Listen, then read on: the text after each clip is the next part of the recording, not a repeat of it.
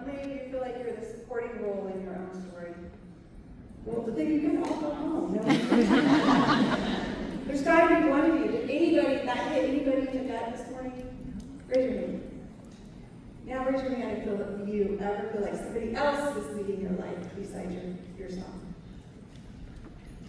All right, you guys are in a good room this morning. So before we get started here, I'm going to ask a couple questions because I want to hear the age in the room of all of this estrogen.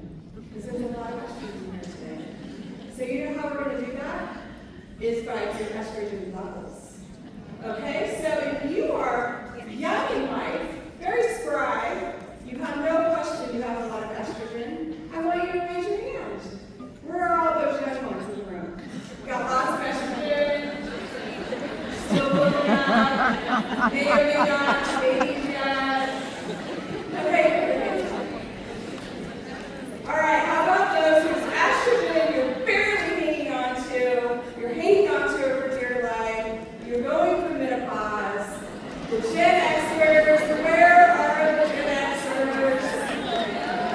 All right, I want all of the young ones with lots of energy to see those Gen Xers, because we're the only ones that have been talking about menopause. Yes. Our mothers taught us nothing about menopause. Now, let's hear it for those whose estrogen has left the building. There we are. There's your older generation.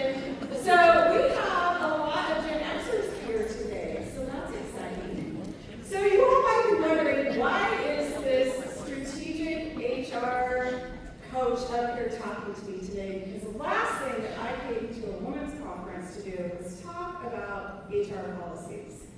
And I am not here to talk to you about HR policies, so you can sigh a little relief. What I am here to talk to you about is some things that have happened in my life to lead me to this stage today to talk to you about being the leading actress in your own story. And by making the decision to have choices in your life. See, we were all created equally. We are all created equally. We may say in our minds that we were born into this type of family, we were born with these types of things that are going to happen to us. But we all have a choice of how we show up and how we become a leading lady in our own life. And I want all of you to lead today knowing that you are going to set your life up to be the leading role in your story. Now, the reason why this strategic HR coach is standing up here today is to talk to you about the fact that I am someone that likes to speak up, sometimes when I really shouldn't. I am a rule breaker. I am also energized by a strategic conversation on how to do things the right way, which is always my way. Right? So sometimes those attitudes, those directions may have gotten me in some trouble. We'll talk about that today. But what I also want to talk about is, for all age groups here today, we have this world that wants to tell us that our traditional values are the way that things should move us forward. And I love that Stacy talked about values, because I'm going to talk about values. But tradition tells us that we go to school, we go to college, we graduate from college, we get our husband during college, then we have our kids, and we have our white picket fence. But what I want to share with you is that sometimes being a rule breaker means that you don't follow the rules and the traditions. My life has not been traditional. And trust me, I wanted a traditional life because in 6th grade, I had to write a story about where I would be in the year 2000. So, just to save you guys all the math, in the year 2000, I turned 30. So that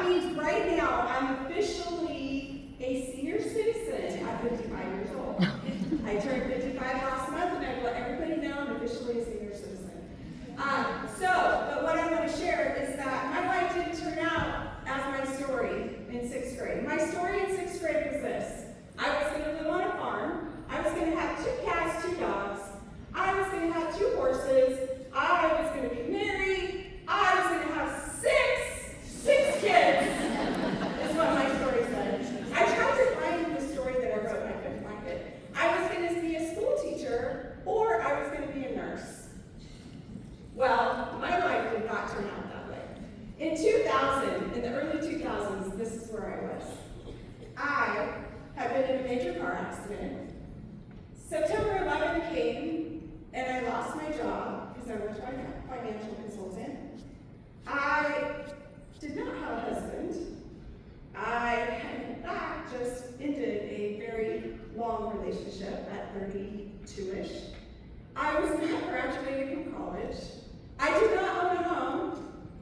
I was being diagnosed with multiple health issues. I became severely depressed. I had one cat, no kids, no dogs, no ranch. And Netflix was about to cancel my show. So me and Mr., we moved on because you know what? Every script has a turning point. And I will share with you, I am a woman of faith, and I believe that there is a reason that God makes everything happen. And whether you believe that or you don't believe that, we still have a choice of which way we go. As I said, in 2002, I was in a major depression. I had thought of suicide. I had thought of everything that could possibly end my direction to happen. It was a series of events that had happened over the years in which I was not prepared to deal with. I went to Bible study one night, and there's always this one pivotal moment in our lives that changes everything.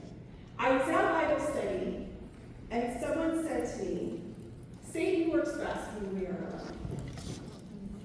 And that moment changed my life. I went home that night and I changed my story and I changed my script. See, I had become the victim in the supporting role of my story. I was letting everything happen to me and not knowing how to deal with any of that. So what happened was I had to flip the switch and say, you know what, I have a choice of how I show up. And I have a choice to change my story. I went home that night, decided that Satan was no longer going to work on me and that I was going to change the script for my story. I decided that I was going to live a more strategic life. And at that point, that pivotal point in my life, I will go back to every single moment of my life. When someone says, when was the moment in your life that something changed? Was when someone said those words to me. And I want you to think back in your life of those stories that maybe that one sentence that somebody said to you, that was life-changing.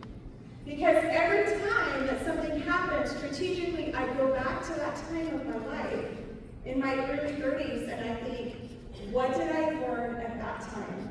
So I took everything that was happening to me at that point and I realized that there was a reason why it had all happened. I wasn't ready to own a home. So by 2008, I had owned a home. By 2014, I had got elected to city council. By 2015, I had met my husband. Mind you, I was 45 years old when I met my husband. And that's where I say traditional values don't always lead us in the direction that we expect. I figured I would have 6 kids by 30. That was my traditional life. That was the trajectory of my life. I finally graduated from college, and I had met my husband. So what happens? Life turns around because we make choices to go in a different direction. I made the choice to change my life. And in those choices, I also made some very bad choices. I do not have regrets. I will go back to it. I do not have any regrets in my life. But I have situations that have taught me lessons in life. So we have a choice to take what we learned from and what happens to us and change that into a life lesson. So I go back and I realize that the reason why I got in my car accident that caused all of the health issues to cause me to go into depression, the reason why that happened was because it afforded me the opportunity to go to school full-time without having to work. I would have never been able to do that. I got through college at 18. Well, I had been going to college for a really long time. But I actually, the last year and a half, I just crammed all my classes in the last year and a half, and I finished college.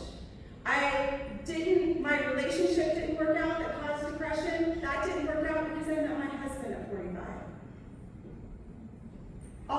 things that happen to us happen for a reason, whether they are tragic, whether they are life or death. Good, bad, and the ugly, there's a lesson in every single thing that happens to us in life. And this happened to me when my life was going so great. I was on city council. I did an ad for a city congressman as the vice mayor. And in that, I got fired from my job. In that, there's a lot of bad press. It made the news, it made social media, and all of the people that didn't agree with my politics decided that they were going to comment. Luckily, good and bad and different, Paradise Fire started right after this happened. So it took the press off of everything that was going on. It happened a couple weeks later. But I got fired from my job, and again, I was able to go back to 2000 and say, okay, what am I supposed to learn from this? Because everything was going wrong again in my life. But there was so much great happening at the same time, because through every door that closes, I opened my own business, and I started to build a different script for my life. So even though those changes started to happen, I started to learn from all of the things that had happened in the past. Getting fired from the job was a strategic decision that I didn't even know that I was making. I was able to jump into my own career and do my own things, and life can explode in good and bad all at once. And what that means is that I ended up getting married. I didn't have kids, not because I didn't want to have kids, because I couldn't have kids. I get married, and I get 2 children. And thank God I didn't have to change diapers, I didn't have to write snotty noses, I didn't have to clean up, throw up, I didn't have to do any of those things. These kids were grown, ready to roll. So I realized that there was a reason why God did not have me, make me to have children. So I get married, and then I convinced my husband, as I'm making a series of bad decisions, I convinced my husband at the time to move to Tri-Cities, for new beginnings, a new strategic plan where I can start fresh, where no one was, where nobody knew my name. And then COVID lockdown. But the advantage of COVID is this. I got 3 dogs out of it. I'm good 3 to a dog. But what every crisis teaches us, there's something good that's going to come out of it. So during COVID is when I went into another depression because of what happened, getting fired from my job. How could I get fired from my dream job? It was because I had a voice, and I had to realize that being strategic and speaking up when the time is right and doing the right things is what mattered to me. That's what was important to me. And so I went through this whole values exercise, and this goes into what Stacy was talking about this morning, is that we as women have to know our values in order to start a new chapter of our life. If we don't know our values and put our values first, then we will always be the supporting actress in our story. Our job as leading ladies is to know our script, and our script means to know where the line is in the sand. And your line is your values. And what I realized that even though in the early 2000s I had set up a strategic life for myself and was very good at strategy, I was never going to depend on a man again financially. I was always going to be able to own a home on my own. All the things I was going to do, I set up my strategic life and what wasn't going to happen to me and all the lessons I had already learned. And I was always going to live with no regrets. But here's the deal. If you don't know your values, then you don't know where your line is in the sand. And as long as I didn't know my values, I was believing and agreeing with whoever I was talking to at the time. And we're in a world right now that we have to be very clear on independently what we value for our life. Not what other people value for us, because you know what? If we don't know the values that we have, then other people will define those values for you, and you may not like what they have to say. So I went through a values exercise, and I realized the most important things to me were relationships. Building relationships with other people, whether it be my relationship with God, whether it be relationship with my friends, my family, those were the most important to me. That I wanted independence, I wanted to live a fun and humorous life. If you are not funny, I do not want to hang out with you. Okay? So just keep that in mind. But humor is super important to me. And if I was hanging out with people and I'm just like, gosh, it's too serious all the time, it wasn't fun for me. Last but not least, loyalty. And the loyalty came because of all of the bad things that had happened and people not being there. So loyalty became very important, but living independently with my purpose and my voice and speaking up when I felt needed to speak up was important to me. So through that, I developed this impact method that I didn't even realize that I was using, and I had been using it for years. And the strategic method of impact, is that you have to have a playbook for your life. And when you are looking at the impact method, is integrate your values into your life, into your plan for your life, what direction you want to go, who you want to spend your time with. But if you don't know your values, it's going to be really hard for you to integrate those into your life. So the values piece is really important to do first because you have to know where your line is. What are those values that mean the most to you? And don't have 10 of them. Like, you have to be able to memorize them. Like, I go to classes and I train on values on relationships, loyalty, independence, humor. I know what my values are. I can define them, but we won't do that today because that would take too long. And then you want to measure. With social media out there today, it is so easy to measure our life based on the metrics that other people are giving us, based on what you see on social media, based on what you do and don't like in politics. We have to come together and say, who is measuring our life for us? Are you measuring your own life, or are you measuring it based on other people's metrics? To be the leading actress in our own story, we have to measure life not based on others, but what is important to us. We have to erase social media from our mind, because social media is not real life. Your life is a reality show. Your life is your life. There is no understudy for your soul. The only person that can measure your life is yourself. So the next one is partner. I want you to partner strategically with who you are, not who other people think you are or what other people think you should be. You partner with who you think you should be. I had years and years of people telling me how I was, who I was, how I acted. I had people judging me, thinking, you have the best life. You could have anybody that you want to. I can't believe you're not married yet. I can't believe you don't have children. Do you think that that ever made me feel good? Do you think coming to a women's conference and people talking about menopause or talking about their kids or, relating to their kids, any of that was fun? A baby shower? No! I don't want to go to a baby shower, so you have to align with your strategic self, who you are and what you're comfortable with.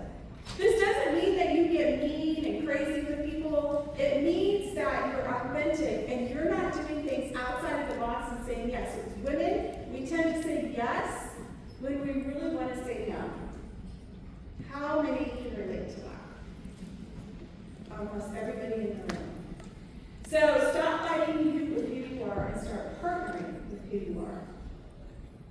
And then the next one is I want you to align your choices with your core values. I have, in the last 7 years since I moved here and went through my values exercises, have eliminated a lot of friends in my life because of the loyalty piece or the relationship piece. I stayed with them for the humor because they were funny, because I hang out with funny people. But there's other things that are important to that as well. You have to make sure that your core values are aligning with your job, with what you're doing at home, with what you're doing with your friendships. Those core values have to align with who you are. If they're not aligning, then you don't know who you are and understand who you are. If they're not aligning, You have to ask yourself, what is going on in my life? If you are having troubles, we had a tragic incident in our family 2 years ago, and at that time, it was kind of one of those pivotal moments that I thought, okay, I could go this way or I could go this way, and I made that choice to move forward. And this is one of the things that helped me was my core values, because I said, okay, in this situation, how do I apply my core values? How do I make my life go forward? And how do I learn from something that I'm asking, why is this happening? And when we have faith, sometimes we're saying, why is this happening? But I chose differently because I had my core values and I went back to them. I strategically aligned with them to be able to say, you know what, stop. You have to move forward. And this is what you're going to do. You are going to build a relationship with your nephews that you've never had. I've always had a great relationship with my nephews, but you're going to grow that relationship stronger. You're going to grow that relationship stronger with your sister. And through that tragedy, we have become closer. So when I ask, how do you take the life of somebody and destroy my family, I can say, you know what, my core values go back. There's a reason for everything, and I have a choice of how I show up and implement my core values with that. Next, we have to create a strategic life that is based on what your values are. So stop following everybody's blueprint and figure out what is your blueprint, because your values are your blueprint for life. Your values are going to drive you in every situation. If you're not feeling good about yourself, if you're struggling, you go back to your core values and you say, okay, wait, I need to go back to creating my strategic life with my core values. And then last but not least, these are going to transform your life and move you into a strategic life, and your values are going to have a lot more clarity. When you implement and you put into place your values, it will have the biggest impact on your life, because you have a roadmap, you have a clear blueprint for your life and which way to go. So, our friend Sarah Blakely, who created Spanx, thank gosh, her dad would ask her every single day, how did you fail today, Sarah? And she said, well, Dad, I failed at the LSAT the second time, and I don't think I'm going to take it again. Thank God she didn't, because we would all be falling out of our dresses today if she would have passed her LSAT. She would become a teacher, and we wouldn't have space. We'd be hanging out all over the place. So ask yourself, where did you fail? Because with every failure, there's a lesson. There is a choice on how we move forward. So whose script are you going to choose for your life? Are you going to choose to be the leading actress in your story, or the supporting role? Because this is your reality TV show. As I said, there's no understudy for your soul. And if you don't know what that means, there's no one else here. There's no one else in your life at the end of your life that can say, I should have done it differently. You think that someone's going to stand by your bedside and say, you should have led your life differently. Probably, but only you are going to have the regrets. Only you are going to have the regrets. And I don't care what has happened in your life, and you may say that I'm standing up here and I don't know. Trust me, we all have baggage. Your baggage is no different than somebody else's baggage, the pain that they're suffering from that. You may not understand their pain versus your pain, and I will share with you that even through tragic loss, even through the things that have happened to you, and I know there's people in this room that have probably been molested, have been raped, that have led a less than fortunate life, that have been beaten by their husbands. All of you have a choice to make a difference. And if I get anything through to you today, is that it is your choice. We are all created equally. We are all created with the same opportunities. And you can come up to me later, and I'm happy to talk to you, but you have a choice. I had a choice in 2000 either to continue to go backwards, get caught up in my health issues, or to move forward and try to live a healthier life. I had a choice that I had to have a hysterectomy and I couldn't have children. Do you think that was not devastating? I know people that have lost children at 18 months old, at 4 years old. Do I know their pain? In a way, because I don't even have that experience with a child to know what it would be like to lose a child. So every single one of you in here today has a choice. I don't care what family you came into. I don't care the color of your skin. I don't care of your ethnicity. You have a choice of how you individually live your life. And only you can choose that. And you choose that through setting your values and understanding who you are as an individual. And you start to write your reality TV show, no one else's.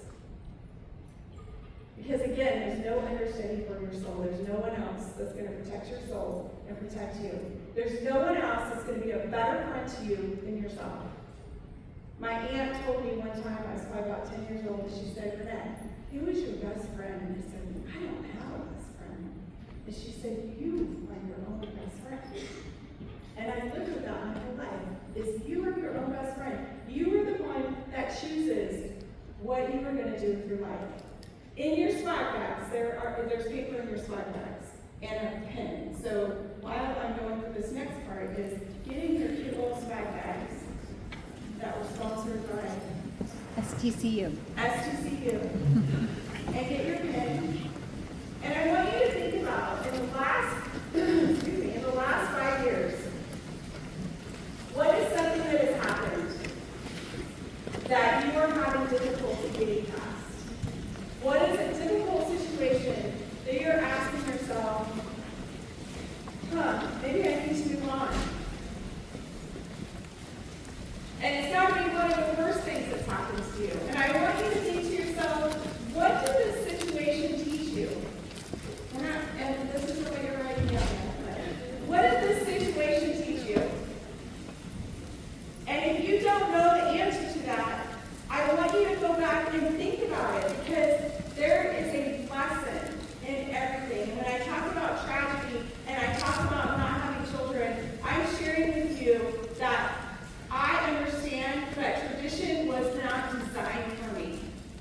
But I don't want some of you to get to 45, or I was 48 when I actually happened and I went through this with me. But I want you to not be at 48 years old thinking, oh my gosh, I should have known this back in my 20s. It would have been much easier. I can tell you that every Gen Xer and every boomer that's in this room is saying the same thing, is yes, listen, because Gen Zers, millennials, you have to know what your trajectory is to be able to move forward and do the right thing in your life. So what did I want you to think about this later, is what did you discover about your strengths during that time, and then what did you discover about your capacity to survive and thrive? And so what I want you to do on that piece of paper is, whether it's one word or 2 words, for you to know what that event was in the last 5 years that you feel is the worst thing that happened to you. And I want you to write that down on your piece of paper.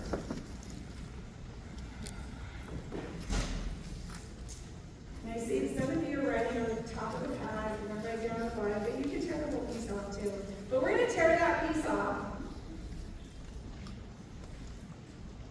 And I give you another second for those of you who want to write something down.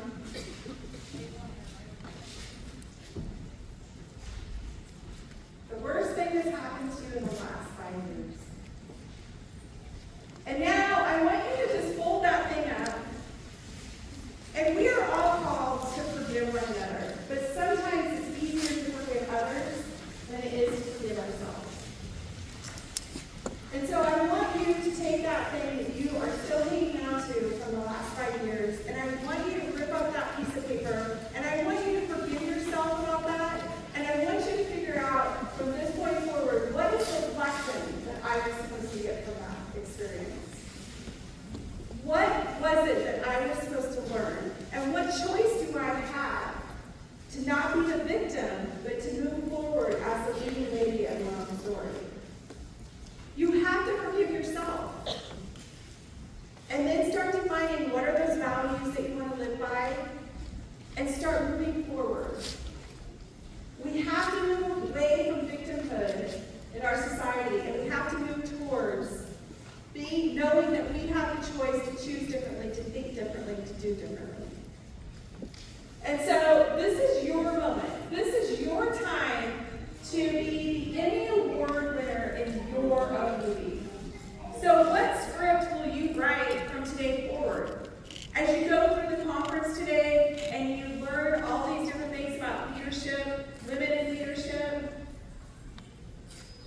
Know that you have a voice and you have the choice to use that voice or not.